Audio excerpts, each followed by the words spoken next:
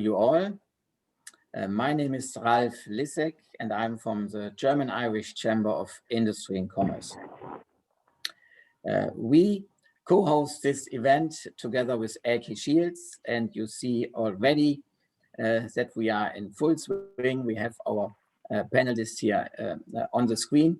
We're very happy to organize that event together with Elke Shields. Elke Shields is a very long-standing partner of the German-Irish Chamber. In particular, Philip Daly, who is here and hosts this event today, a long-standing supporter and cooperation partner. We as a chamber enjoy very much working together with Elke Shields. They are experts, and at the end of the day, if we ask our members, our clients, we always get a positive feedback. Today, we talk about employment law. Before we come to that, just to mention that we have around 100 participants, and we're very pleased with all of you to joining this morning. And I like to mention one aspect which probably all of us are kind of influenced, that is Brexit. It's not our topic today, but I just wanted to give you or share with you that information that over the last 10 to 18 months, we get a strong demand from Irish companies who are interested to look at new suppliers. It's not only export, it is import as well, what matters at the moment. And just that you're aware, together with Elke Shields, together with our other partners, we're very keen to help you in case you have any interest to find new suppliers from the continent, in particular from Germany. Now, I like to mention Ciara O'Kennedy. Employment law, in particular in COVID times, is a very, very tricky topic. We experience it as well, and we are delighted to get today information on this topic from an expert. Without further ado, I wish you all a very interesting event, and be aware that German-Irish business, what we represent, is in full swing. I mentioned already one topic, but there are many others who bring Germany and Ireland closer, and we have around about 600 members, which is growing, which shows a bit the interest in between German and Irish business. Without further ado, I hand you over now to your host, Philip Daly. Thank you very much and enjoy the morning. Thank you, Ralph, for that kind introduction. Just to reciprocate, we do quite a lot of work with the German Chamber, and we found it a very useful organization over the last number of years. It's a great source of information, support and networking, and we'd certainly recommend anybody who's joining this webinar who mightn't be a member of the Chamber to consider joining it, now, all the more so with Brexit and the implications for Irish businesses needing to stretch further into Europe in terms of sourcing new markets. So moving on to the topic in front of us today, employment law during COVID times obviously is to the front of the minds of many employers. It's a constantly changing landscape. Today we have a panel of experts. We're going to speak about remote working, the right to disconnect, code of conduct and bullying, and vaccinations and probationary periods. We're going to launch a poll now with about 4 or 5 minutes within which to respond. We just have it at the end of the talk. We'll just have a look and see what the feedback from those attending the webinar on those issues and what their views are. If you'd like to ask a question, we invite you to use the question and answer button on your Zoom toolbar, and we will address as many of your questions as we can at the end of the presentations. So our first speaker, speaking on the topic of remote working, is going to be Enya O'Donnell. He's a senior associate with extensive experience in all aspects of employment law, employers' liability and health and safety work. And he's also a current member of the Law Society Employment and Equality Law Committee. So over to you, Enya, to speak about remote working. Thanks, Philip. Good morning, everyone. So as Philip mentioned, the first topic I'm going to discuss is the topic of remote working. As we all know, in March of last year, the work environment, as we knew it, changed drastically when COVID-19 brought about a sudden and unexpected need at the time for the sudden implementation of remote working. In the interim period, obviously many employers, it's become the norm for many employees to work from home. Prior to COVID, there had been a move towards remote working, but obviously the speed at which that occurred has been accelerated greatly. I suppose the way in which it has worked over the past year, I suppose it's possibly surprised many people. I suppose I think it has shown that remote working for many employers, I suppose that remote working is a viable option today and indeed into the future, and hopefully into a post-COVID future. And I suppose on that point, the fact is that remote working is something that's here to stay. That's borne out by the government launching the National Remote Working Strategy, which it did in January of this year. As part of that overall strategy, the Department of Enterprise, Trade and Employment are currently undertaking a public consultation on the introduction of a statutory right to request remote working. It's expected that there will be legislation. There's a clear commitment from the government. The public consultation commenced last week. It's due to last until the 7th of May, I think. So there's a clear commitment from the government to introduce a statutory right to request remote working. So it's expected that we will have legislation before the end of this year. Now, obviously, the content of what that legislation might look like it's unknown at that stage, or at this stage. So for the purpose of today's talk, what I'm going to focus on is some, I suppose, of the potential pitfalls and some of the main issues that we're seeing coming across our desk with regard to remote working. So I'm going to briefly touch upon the current position with regard to request for remote working. And what I mean in that regard is the current position pending the introduction of the legislation, which I referred to. So obviously pending the introduction of that legislation, and as the economy hopefully begins to reopen, employers may well be faced with the possibility of getting requests to work remotely from employees. And the Workplace Relations Commission issued a recent decision which is instructive in that regard. It's one of the first actually COVID-related decisions that has been issued, so it's garnered a great degree of I suppose publicity and attention. So in the case, essentially, the employee during the first COVID lockdown last year requested to work from home. And in making that request, she made a number of proposals, including a proposal that her and two of her colleagues would rotate their attendance at the office. The employer rejected that proposal without really giving any proper grounds for the rejection. The employee duly resigned and took a claim for constructive dismissal. It came before the WRC. The WRC found in the employee's favour, and in making the decision, obviously the adjudication officer was cognizant of the failure possibly to protect the employee's health. But interestingly, the adjudication officer was also very critical of the employer failing to adequately consider the proposals before it by the employee. So I suppose there's lessons to be learned from that. Now, obviously, the public health advice and the vaccination program, which Ciara will touch upon later, will have a bearing. But I think there's lessons to be learned in terms of, I think it's clear from the decision that the WRC expects that where an employer receives a request to work remotely, that they engage proactively with the employee and they consider carefully any proposals which the employee makes. And if it is the case, for whatever reason, the employer feels that they can't accede to the request, well then I think the employer would need to be in a position where they can clearly point to an objective reason as to why it is necessary to reject the request. So it's just, I suppose, it's just something to bear in mind. I'm now going to move on to briefly discuss health and safety considerations.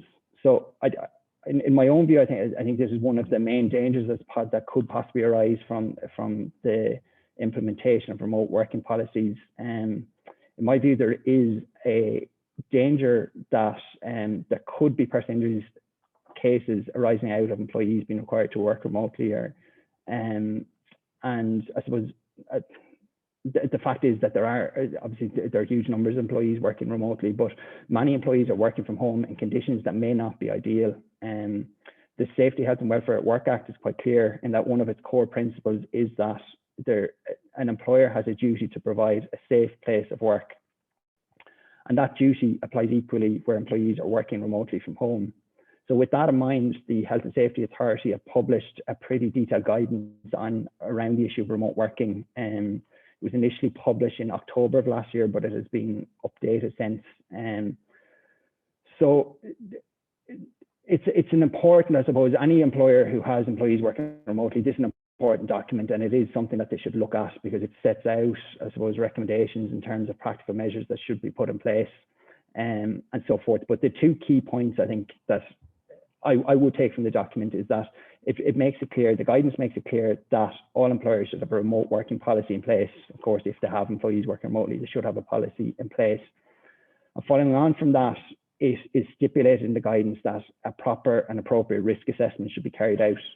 So the guidance acknowledges the risk that exists for upper limb and back injuries, and it emphasizes the importance of assessing workstations in that regard. And on that point, I suppose it further acknowledges that each workstation is likely to be obviously different. So it stipulates that employers should carry out an individual risk assessment, and it sets out a two-step process as to how that risk assessment should be carried out. So the first step is that the employee should be given a prescribed checklist that's actually included. It's included as an appendix to the guidance note from the HSA. So the prescribed checklist is sent to the employees. The employee identifies what equipment and what resources they require. After that, an individual screen-based assessment is carried out by a competent person. So I suppose it's just to sum up, I suppose it's important if an employer were left facing a potential claim for personal injury and they hadn't complied with the guidance issued by the Health and Safety Authority, well then I think it would be a very difficult case to defend. So I just suppose that just highlights the importance that the steps set out by the Health and Safety Authority are, that those steps are taken. Just one thing there, Enya, apart from potential personal injury claims, what are the unknown legal risks of letting or permitting employees work from home? Yeah, that's a good question, Philip. I suppose there are a number of risks. One that springs to mind is from a data protection and confidentiality perspective. Obviously, with employees working remotely, there just is going to be an increased risk. It's a fact of life. Employees are sharing accommodation with others. They may have visitors to their home. They may be bringing their laptops to cafes, well, probably at the moment more likely to a local park. But I suppose that just brings with it the increased risk of data protection or confidentiality breaches. The Data Protection Commission has issued some help of guidance around that. I think employers need to look, obviously they need to look at the security measures that they have in place. And I think employers need to make sure that employees are given appropriate instruction as to what they should do and how they should keep company information safe and secure when working remotely. I think that feeds back into the remote working policy that I mentioned that's prescribed by the Health and Safety. I think that kind of thing should be prescribed in the remote working policy. I know from a practical perspective, a lot of employers are bringing in clean desk policies, or bringing in paperless office policies to try and reduce the risk that might exist. Other than that, a query which we've seen crop up, particularly over the past couple of months, is in relation to employees who are working from home but are doing so from another jurisdiction. So obviously, when the various travel restrictions came into being over the last 12 months or so, a lot of employees returned to their home countries. So, and many of those employees have now been working for Irish companies but in foreign jurisdictions. And there's the potential for issues in that regard. There's potential from a tax perspective, but from an employment perspective, there is the risk that the employees will be subject of the mandatory laws of the country in which they're based at the moment. So it's something that employers should be mindful of, because they could be exposing themselves to, I suppose, an unknown risk in a country in which they're probably or possibly unfamiliar with the legal landscape. I think that's something we all know, where we've had staff who might have said they want to go and work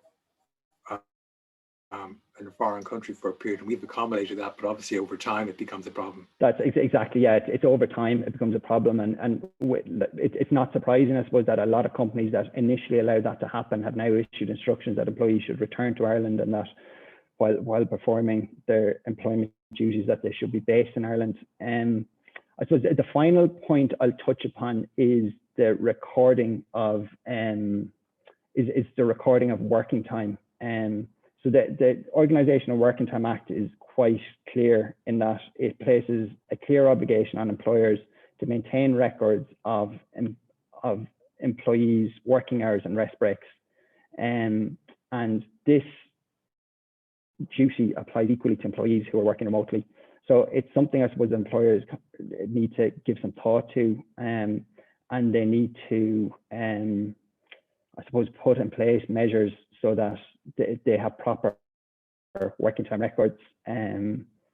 Because the danger is, if the proper records aren't available and the employee is faced with a claim before the WRC under the working time legislation, well then, and I've been in this position a number of times for employers where it's pretty clear cut in that if you don't have the records, you will lose the case. The obligation under the Act is clear, and the WRC or Labour Court will refer to that, and they'll ask the employer to prove that they're in compliance, and without the records, it's not possible to do that. And I suppose another offshoot to that is that in recent weeks, I've noticed increased activity from the Workplace Relations Commission inspectors, and we've had a number of clients contact us about receiving notification from the WRC about inspections. Now, when an inspection like that takes place, one of the first things that the inspector will look for is working time records. So it's I suppose, without having those records, there's the possibility that, or there's the likelihood that you'll find yourself in difficulty in that regard as well. And it may actually, I suppose, the workplace relation, the WRC, sorry, inspectors generally are traditionally, they've always been very active in retail sector, in the construction sector, in hospitality, but obviously there are very few people or very few companies open in those sectors at the moment. So the pool of companies at which they can inspect is smaller than it's probably ever been. So there's an increased risk, I think, at the moment, and we're seeing that in practice. We're seeing more notifications, so that concludes. Now, I think Ciara's talk will feed into kind of these similar points around working hours and that, and the right to disconnect. So I'll pass back to you, Philip. Okay, thanks, Enya. A lot to consider there. We're going to try and mix it up so that Ciara speaks for 10 minutes and it's back to Enya, so there's not the same person speaking all times. Please keep on sending through the questions. They're much appreciated, and we hopefully at the end we'll have a pretty good dialogue about the questions that have come through. So it's more informative than just us talking, so to speak. So the next speaker is Ciara. She's a partner in our employment law team. She's a very experienced practitioner in the areas of employment-related disputes involving senior executives, and she's considerable experience in the area of unfair dismissal and employment injunctions. She regularly advises clients developing risk management strategies with respect to employment litigation issues. She's also the current chair of the Employment Committee of the Dublin Solicitors Bar Association, so she's a wealth of experience. And by the fact that she's chair of a very well-regarded employment law committee, it shows her level of experience. Ciara will talk now about the right to disconnect, which is obviously going to be a key issue going forward with people working from home. If that is the strategy of companies to work from home, we as a firm ourselves are probably taking a view that the working from home environment will play out somewhere going forward in a 60-40% ratio, 3 days in the office, 2 days working from home. Nothing certain yet, but that's probably a view that is shared by most law firms. it has worked working remotely for law firms very well, actually. We've been surprised how well it's worked. So that's our view, but others will have different views. We know some organizations want everybody back in. So anyway, there's issues there for us all to think about. So let's over to you, Ciara. Okay, thank you, Philip, and good morning, everyone. And thanks all for joining in such great numbers. It's good to see that webinar fatigue hasn't officially set into everybody just yet. So as Philip mentioned, I'm going to talk to you today about the right to disconnect. I think in that context, we'll all be in agreement that the COVID-19 pandemic has had a transformative effect on the working practice, and it really has forced a significant cultural shift in our mindset. The ongoing requirement for many of us to work from home, given the government guidelines, has, I suppose, resulted in blurring the boundaries between work and home for many, and has certainly reignited the debate on the right to disconnect. Now, I should add, this is not a pandemic concept, and this has been on the government's agenda for some time. As part of the government's remote working strategy that Anya has outlined to you, it committed to considering how best to implement an employee's right to disconnect. And on the 1st of April, it published, the WRC Workplace Relations Commission published a code of practice for employers and employees on the right to disconnect. This code, once published, was effective immediately and applies to all types of employment, whether employees are working remotely in a fixed location at home or mobile employees. I should say the code itself, although I don't know if any of you have had a look at it, is quite a lengthy document.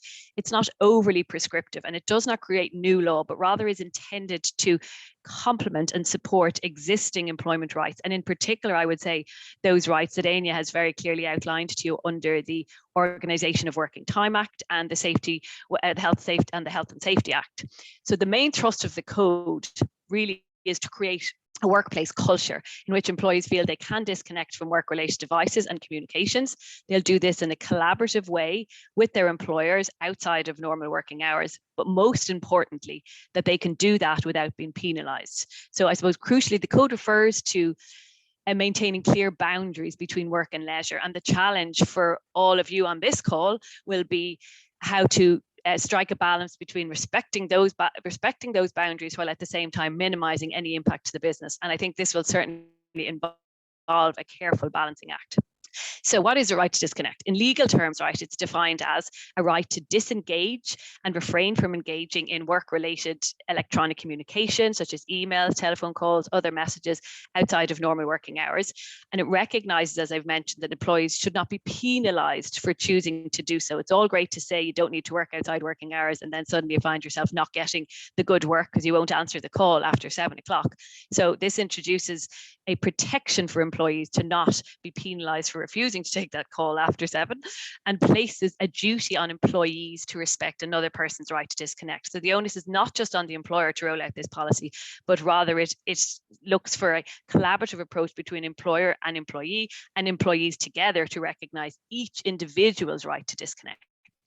But the code it's a code of practice, not legislation, which means it's not legally binding. So failure to comply with the code will not create an offence in and of itself. So I suppose my view from an employer's perspective, this is helpful, right? Because it doesn't create a statutory, legally binding right. Unlike, I should add, many other European jurisdictions such as France, Italy and Spain, who have all chosen to legislate for this right to disconnect. And by introducing a code rather than legislation, it allows some flexibility for employers in rolling out the policy, having regard to perhaps the demands and needs of a certain business. Ciara, just to ask you a question. So if it's not legally binding, can you not say as an employer, okay, I know it's a code, but I don't want to comply with it? Yeah, that's a good question. And yes, many may adopt that view. And strictly speaking, employers are not legally bound to introduce a policy around this issue. But the code is admissible as evidence, and its provisions can be taken into account in proceedings by employees before the Workplace Relations Commission, the Labour Court, and indeed the Civil Court. So I suppose, what does this mean? What this means in practical terms, for example, giving an example maybe, is where an employee to pursue a complaint before the WRC, under the Organisation of Working Time Act, on the basis that's been required to work excessive hours, perhaps. The employer's compliance or otherwise with the code can be taken into account when adjudicating the complaint, and the likely outcome will be a negative inference will be drawn from the fact that you have failed to either implement a code or give any recognition to the code. So that's the first thing, right? But I think even more importantly, from my perspective as an employment lawyer, the fact of having a policy in place could avoid potential claims and litigation around this area, which is an evolving area and is not going away. Because if an employee is required to, first of all, exhaust the internal mechanisms available to it, perhaps, which they will be required to do prior to lodging a complaint, the internal mechanism may well resolve the issue. So a well-worded policy in an organization, in my opinion, including both an informal, perhaps an informal mechanism for addressing a complaint that might arise, could avoid litigation in the first place. I suppose also just to add to that here, I come at these things more from a corporate lawyer approach, but all these policies, while they may cost and there's effort put in them, they are good to have. They create goodwill with your employees. They understand that the organization is well organized, and especially in this marketplace where people are disengaged from their employer more and more, policies that drive good behavior for them and for their employer are all helpful. Yeah, I entirely agree. And I think particularly with this code of practice, because the right to disconnect for an employee's perspective will be very welcome. For many employers, it might be causing shivers up their spine. So it's to try and change the culture and mindset of organizations in order to introduce such a concept. And I think just on that point, why employers should be cognizant of the right to disconnect and introduce a policy. A further benefit, in my view, would be maybe in the whole area of talent acquisition and retention, just as we are seeing the availability of hybrid working arrangements or remote working, as Amy has pointed out, being used as a tool by employers to attract and retain talent, because the market is buoyant again to some degree. Having a right to disconnect policy, as you've mentioned, could be relied upon as evidence of a culture that genuinely recognizes the importance of good work-life balance. And for some employees, this can be as important as the actual benefits on offer. So I suppose there are some practical tips or advice in relation to trying to implement the policy or trying to change a cultural attitude in an organization is not going to be easy, okay? And any such change, particularly in businesses that have developed over time and always on culture. And I think perhaps law firms, we are very guilty of that. And I'm sure there's many other companies on the call who are guilty of that. And it will require collaboration between both employer and employee to try and change that. So what can you do? As an initial step, as I've mentioned, there are benefits to introducing a policy. So I do think employers should consider implementing a policy. It will not only make employees aware of their right, but also will show a shift in the cultural change in the organization, which will probably work to the employer's benefit. By also introducing a policy rather than being steered by the code, you can adapt the policy to your business needs and demands, and you can put in place certain requirements to perhaps contact outside of normal office hours for certain occasions or events or given certain business demands. And when you get employee buy-in to that, then it'll be very difficult for an employee to subsequently raise a complaint. Similarly, if you operate across different time zones, or if you have agreed flexible working time with certain employees, which again is becoming more and more common, again, that should be addressed in the policy, and then there'll be no issue contacting them outside of what we would consider the traditional working hours. But I mean, I don't think I need to be an employment lawyer to give this point, but in my view, a policy in and of itself is not enough, right? And it does require a cultural change. It requires buy-in from management, and from the top down, I suppose you need to buy into this concept, and that will involve a significant amount of thought and consideration prior to introducing a policy. You need to be truly committed to the concept. Just like as lawyers, we avoid writing threatening letters unless you're going to take action. Don't implement a policy unless you actually are committed to the concept itself. So practically, what can you do? I suppose training of managers and staff will be critical.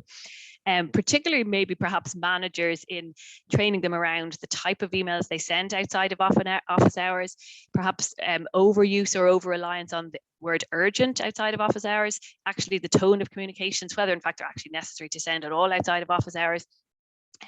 Another practical tool which we're seeing a lot of companies introduce, and you're probably seeing on emails you receive yourselves, is introducing email footers that basically state employees are not required to respond until the resumption of normal working hours. And I think this actually is an effective tool to both show a commitment to the policy, but not only that, it also is an effective tool for clients to respect perhaps out of hours communications. If we all buy into it, all of our clients buy into it, there won't be an issue. But obviously when we're working across different jurisdictions, etc., it's not as straightforward as that. the practical tips such as preparing emails and draft the night before if you're very keen to get the job done and send it, that it'll be sent first thing in the morning, or there's a delayed delivery tool that we all know is on our Microsoft Outlook that you can send the email as soon as you come into the office. I think another important area is the area of annual leave. Employees need annual leave. They need to switch off from an organization, and that's the reason why the Organisation of Working Time Act provides for certain annual leave. I've seen many employers considering policies such as a ban on emails in its totality during annual leave, which really gives an employee, a clean break from the organization, and with perhaps a permission to contact them by phone when there's an emergency. So then we all know everything is in hand. And also just on the point that Anya has mentioned, given the importance of records when it comes to potential litigation claims under the Organisation of Working Time Act, employers may need to consider now, and with the increase in remote working, investing in effective time recording systems. Ciara, final question. One of the questions that has come into us on the question and answers from Karen Doyle is, what is recommended as a method for employers retaining working time records? Is that maybe something you could answer? That would actually be more back to Anania's Okay. We get Anya to do that then, okay. But maybe Anya, I'll be handing you over to Anya now anyway. So maybe Anya, if you could take that. So the first question before you go into your talk is, what is recommended as a method for employers retaining working time records? Well, I suppose the traditional method, Philip, has always been what's known as the OWT1 form, which is a physical form now. It's quite a cumbersome form, which an employee fills out on a weekly basis, and they record their working hours and their rest breaks. I do know that there are some online tools as well to obviously make things easier. And for employers, they can invest in online tools which allows the employee to record their rest breaks and their working time. It is an issue. I mentioned earlier that the right to request remote working. The public consultation on that piece of legislation is likely that there will be more guidance in that legislation. It is something that's been mentioned in the public consultation. So when that legislation comes into being, it's probably likely that that point will be more specifically touched upon as well. Okay, well, look, I'll let you get on with your topic on the Code of Conduct and Bullying, which is a new code which has been updating prior codes, and I'll let you speak to that now. Sorry for cutting you there. Thanks, Philip. So yeah, as Philip mentioned there, the new Code of Practice and Bullying, it was recently jointly published by the Workplace Relations Commission and the Health and Safety Authority. It replaces two previous codes and two previous separate codes that were published by the Labour Relations Commission at the time and the Health and Safety Authority. So the new code, I suppose it's broadly in line with the previous codes, but there are some new requirements and there are some practical considerations that arise. So for the purpose of today's talk, what I've done is that I have focused on some of the key measures set out in the new code. But before going through those, I suppose I'll just briefly set out what the downside of non-compliance is. So similar to the Code of Practice and the right to disconnect that Ciara mentioned earlier, a claim in relation to non-compliance with the new bullying code in and of itself cannot be taken, but the code can be referred to in other proceedings. So the code is important. It's important for employers who might be faced with defending claims arising out of bullying. So it can be referred to in proceedings for the WRC, the Labour Court, or the civil courts. So it could potentially, for example, be referred to in a claim for personal injury arising out of bullying, or a claim for constructive dismissal arising out of bullying.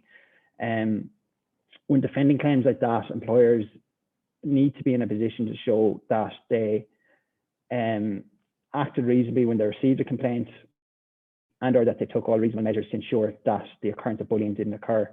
Without compliance with the new Code of Practice, well, I think it'll be very difficult for employers to do that. So that's why I say it's important. It's not technically, you're not legally obliged to have it, but you could find yourself in a lot of difficulty if faced with one of those claims, which can potentially carry pretty hefty compensation awards. So in terms of the new code itself, I suppose, and some of the basics, it retains the same definition of bullying as contained in previous codes. So in simple terms, bullying is repeated inappropriate behaviour, which has the effect of undermining an individual's right to dignity at work. The new code provides an updated list of examples of bullying, and helpfully, it also includes a list of what does not constitute bullying. So, for example, it sets out that an individual strongly expressing an opinion, constructive feedback being offered, or ordinary performance management do not necessarily amount to bullying. I think that's helpful, and I think when a company is updating its policy, I think that should be set out, because very often there is some confusion around those issues, and it can give rise to issues. So I think it's advisable to set those out in the updated policy. At its core, the new code strongly emphasizes that employers should be focused on prevention. So it sets out some of the key measures, and the key measures are that bullying should be dealt with in any health and safety risk assessment, and the preventative measures should be set out in health and safety statements. It stipulates, obviously, that an anti-bullying policy should be put in place, and actually the code at Appendix 1 gives some pretty useful and detailed advice on what should be included in the policy. And one important point to note is that the code also makes it clear that it's not enough just to have a policy. It makes it clear that an employer should ensure widespread policy awareness and should train employees appropriately on the contents of the policy. And I suppose linked to that is and the could I fact. just ask you a question? Yep. We talk about training there. How often do you need to do your training? There's no specific timeline set out in the legislation, Philip, but there was an interesting case in Northern Ireland. Now it's not binding here, obviously, but it's instructive in that an employer who was defending a claim sought to do so by saying that they'd taken all reasonable steps and that they'd given dignity at work training. But that defence actually failed because the tribunal held that the dignity at work training, which had been given 2.5 years or thereabouts before the incident, had become stale. Now, I'm not sure if the WRC or Labour Court will go quite so far, but it is a reminder that it is important to, I suppose, to look at the training and ensure that it is refreshed. And it's not just, I suppose, the code, it emphasises the importance of training for the staff population in general, but it also particularly emphasises the importance of training for those who are managing complaints. And the code identifies a number of roles, and it recommends that a number of roles should be filled by employers if possible, obviously, if numbers permit. The first such role is a contact person. So the contact person essentially is to act as a point of first contact and is to advise someone who feels they may have been bullied on a confidential basis, advise them on the contents of the policy, advise them on the potential options open to them. So I suppose it's an important role, because if performed properly, I think that person could diffuse some situations and could help ensure that matters are dealt with in an appropriate manner. So it's important, I suppose, that some thought is given to who should fill that role. In my experience, very often these roles come up, they're almost automatically given to HR, but given the nature of the role, I think it may be better possibly to have someone on the ground in a team or on site who has personal relationships and who may be more approachable. Following on from that, I suppose one of the key, probably not one, but the key change of the new code is the process which it recommends. So I suppose in terms of the process, when I read it first, the key message that screamed out to me was that employers are being encouraged, if at all possible, to sort these cases out at an early juncture and to not let them fester and go to a formal process. Basically, the code, I suppose, it recognises that a prompt and practical informal approach can often offer the best methods, and particularly when individuals are expected to work together subsequently. So with that in mind, the code has introduced a concept of an initial informal process followed by a secondary informal process. So the concept of the secondary informal process is new, and it has the effect, I suppose, of introducing a 3-stage process. We have the 2 informal stages, and then we have, if necessary, the formal process. So obviously policies are likely to need to be updated to take account, because previously we would have had typically have had a 2-stage process pursuant to the previous codes, whereas now it's a 3-stage process. So I'm going to focus in the initial informal stage encourages the alleged victim of bullying to address matters directly or with the assistance with the alleged bully in an effort to reach a resolution. But I'm going to focus a little bit on the secondary informal process, which as I said, it's a new concept. So essentially this involves the nomination by the employer of a separate individual to deal with a particular complaint. So this person in the code is identified as the nominated individual. And this person, I think, plays a very important role in the process. And I think that if you take anything away from the talk today on this point, I think that is one of the things you should take away, that some thought should be given to who should perform this role. So basically what it's proposed with the process is that if a person who feels they're being bullied, they're required to set out their complaint. That complaint is then given to the alleged bully. The nominated person, or sorry, the alleged bully then is entitled to respond to that. Now, at this stage, there's no witnesses or anything like that. It's just the complaint is set out and a response from the alleged bully. The nominated person then will, I suppose, establish some facts and will establish the background and will seek to bring the parties together to agree a resolution, as it come to a mutual agreement. So really, I think it's a useful step. I think it's a useful introduction. Prior to this, I think that the informal process very often fails because obviously tempers are quite frayed, and an individual who feels they've been bullied has put their head above the parapet for the first time. The person who's accused obviously is very defensive on that. Whereas I think this secondary informal process just allows things to be scoped out a little more. It allows a more constructive discussion, and key to that is the person who's tasked with it. I think it should be someone in authority and someone who has, I suppose, is trained and is experienced in terms of dealing with these kind of things, because I think it can save companies a lot of time and effort and can. And yeah, thanks for that. Yeah, I think you're right. The introduction of that process seems to be one of the main advantages of the new code. And maybe we have some more questions on that at the end. What I'll do now is I'll pass you over to Ciara, who's going to get the final section of our talk before we go on to poll results, etc. She's going to speak to vaccination probationary periods. In the short time left to you, Ciara. Okay, no problem. Thanks, Philip. I'll try and keep it as brief as possible in order that there may be time for a few questions. So I suppose I'm just going to talk to you about vaccinations and maybe some practical tips about getting ready to return your employees to the workforce. The rollout of the vaccination strategy, it's beginning to gather pace. I suppose it's understandable many employers are eager to get their employers back, but returning the employees to the workforce, as we all know, is going to present many challenges, not least vaccine related issues. So I suppose while the waiting game continues in relation to precise dates, etc., around general population vaccination, what can or should your organization be doing? So from a practical perspective, first of all, I think we'll all be in agreement that alternative infection controlling measures such as physical distancing, the things we're so used to, hand hygiene, face coverings, hybrid working, remote working, will be a feature of the working life for some time to come, and employers need to continue to comply with the work safety protocol introduced in 2020. That's not a thing of the past.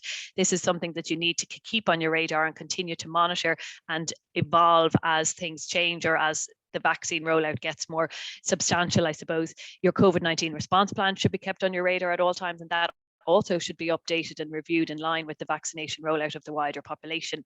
You need to be able, I suppose, when the time comes, perhaps not when all of your population workforce is vaccinated, but a significant portion of that, you can provide that assurance to those who wish to return or to those with whom you wish to return that the workplace is as safe as it possibly can be.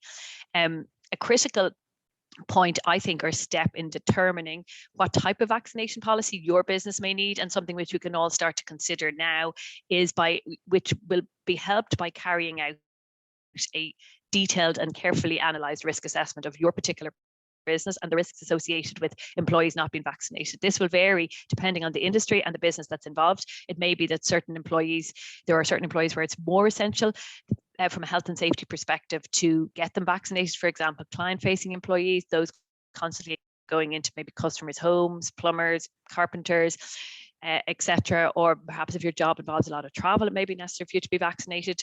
Workforces will have vulnerable employees. Their needs must also be taken account of. And I think practically engaging and consulting with the various categories of employees at this stage as part of your risk assessment will assist in determining the need for employees to be vaccinated and maybe less so for others. So what else can you do? You can consider issuing a communication to employees. This will obviously involve the organisation first determining what is their policy on vaccinations. There's no barrier or legal issue to employees adopting a positive and very encouraging position to employees going out and taking this vaccination once it's offered to them. And a communication to that effect, I think, is to be welcomed or is to be encouraged.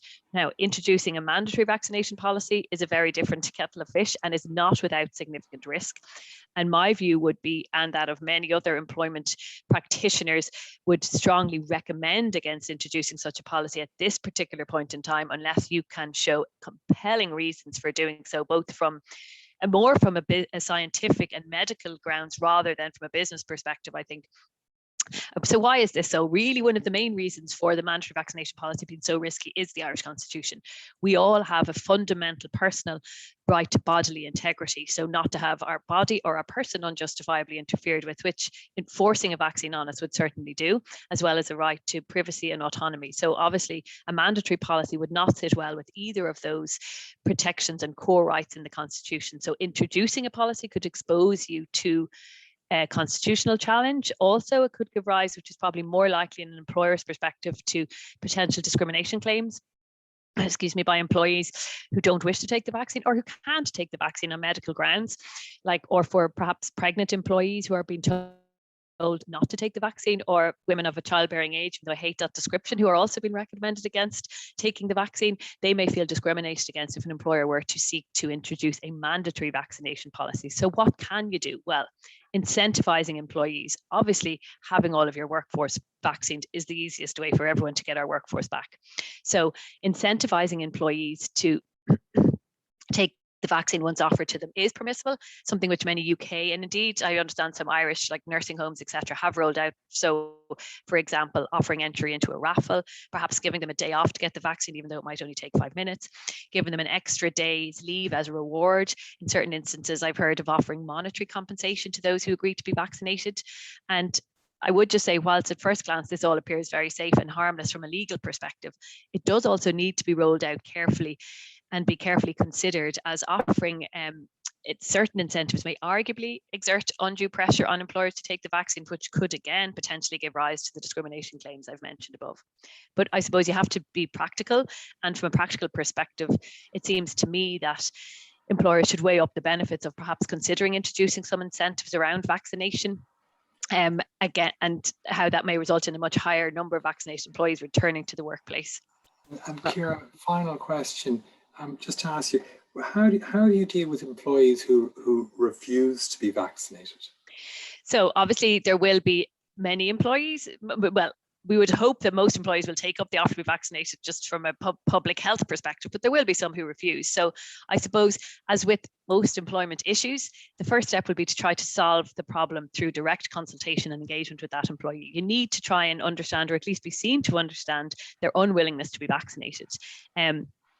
Where their willingness cannot be where that unwillingness, let's say, to be vaccinated cannot be overcome through discussion and consultation, and the objection is perhaps based on reasonable medical grounds, then I think employers will be obliged to consider either permitting them to continue to work remotely, and if that's not possible, and if they're actually required to be physically present for whatever reason, employers should consider redeployment into another area where it may be less problematic not to be vaccinated. So it won't be that your whole workforce needs to be vaccinated, or maybe just those who are out at the forefront of your business.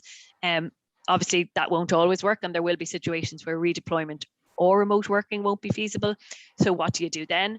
If you were required such as with an employee with a disability, to reasonably accommodate that employee. But if the reasonable accommodation of an employee who's refusing to be vaccinated is too costly, you may have no option really but to consider termination of the employment on capability grounds, because they're not capable of coming in to do the job, or even perhaps redundancy if, given that they've been out for so long, the job has now been carried out by fewer or lesser people. But I would say, okay, just before everyone goes running off thinking, okay, I'll terminate them if I can't bring them back to the office. Proceeding to terminate for refusal to vaccinate is not without significant risk, and it should be a last resort. And I would think could only possibly be proceeded with, and I urge serious caution in taking that approach, where there's a clear and justifiable business, but as I've mentioned, also scientific or medical grounds, right, for requiring that particular employee be vaccinated. And this will be a significant hurdle, I think, for employers to overcome. I don't think, sorry, did you want to? I just think we probably could move to the question and answer session now, Ciara, if that's okay. Yeah, perfect. Or maybe we start off in the question and answer session, and there's questions that come in, and maybe just while you're talking about this area, we've got a question from Elizabeth Bale, which maybe you could take, Ciara, which says, are there any concerns about us asking for employee medical data, i.e. have you been vaccinated, will you be vaccinated? How should we handle employees who refuse to discuss their vaccination status with us? How will that be taken into account in our risk assessment? Yes, hi Elizabeth, I'll take that question for you, as I think any discussion around vaccinations and information around vaccinations wouldn't be complete without touching on data protection considerations, which is exactly what you have raised there. So again, in my view is, many employers will understandably would be keen to understand or know who of their employers has been vaccinated, or probably more importantly, if not, why not? I think that yes, under our current data protection legislation, you are entitled to ask for this information, as you do have an obligation under the Health and Safety Act to provide a safe place of work, and we could justifiably rely on that grounds as the means to understanding and ascertaining the position with regard to the vaccination of employees. But clear guidelines around gathering this data, because it is sensitive, special category data as it relates to health, need to be put in place. So it's not just a case of, have you been vaccinated? Give me the answer. What is it? In advance of rolling this out to employees or informing employees that you will be gathering this data, you need to carefully consider, I suppose, what we call a data privacy impact assessment should be carried out. How will you assess and collate this data? And when you are asking employees for this information, you need to tell them what it's for and the precise reason for it, how long you will keep it, and that you won't disclose it. I think that's really important to third parties or to fellow colleagues, because I could easily want to know, well, will John beside me be vaccinated? I'm not coming back to work unless I know that he is. I would strongly urge against giving out that information. That is arguably a data breach, and you could expose yourself to plenty of issues there. So if someone refuses, just on the last point you asked, refuses to give the medical data, well, clearly you can't compel somebody to give information they really don't want to give. But if you have justifiable business and scientific grounds for requiring that information, I think arguably you, in that situation, could potentially go down a disciplinary route, but proceed with caution. Okay, thanks, Ciara. I hope that answers the question. Question from Karen Doyle.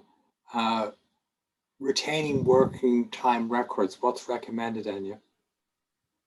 I think we touched on that previously, Philip. That was the question that I touched on earlier in terms of the traditional approach, I suppose, is the OWT1, but there are new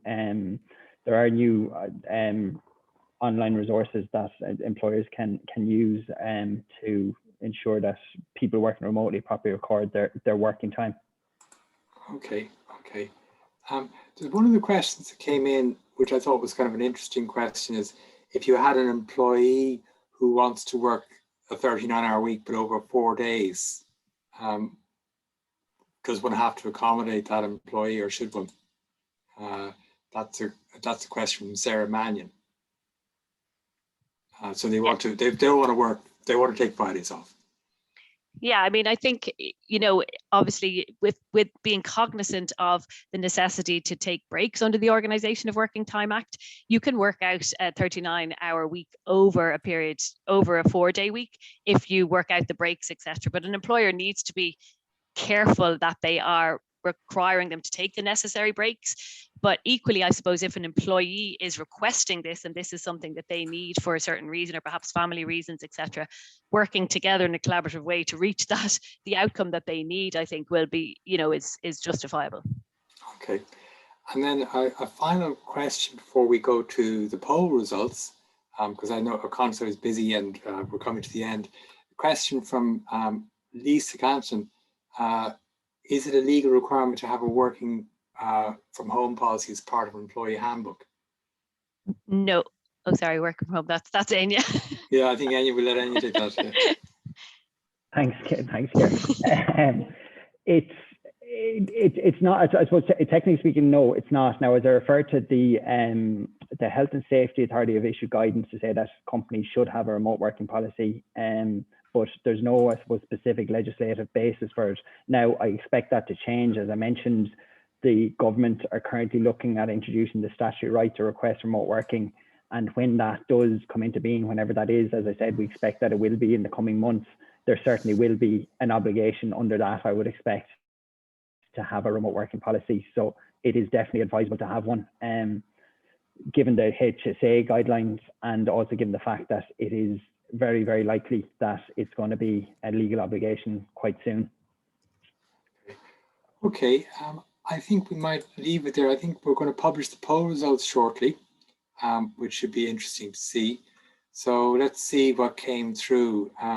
So if I'm right here, the key area of concern in the first series of questions was managing a remote hybrid workforce, which is interesting. I personally thought staff engagement would be an issue. I mean, we've found, I'm just speaking of our own experience, is the remote hybrid workforce is working.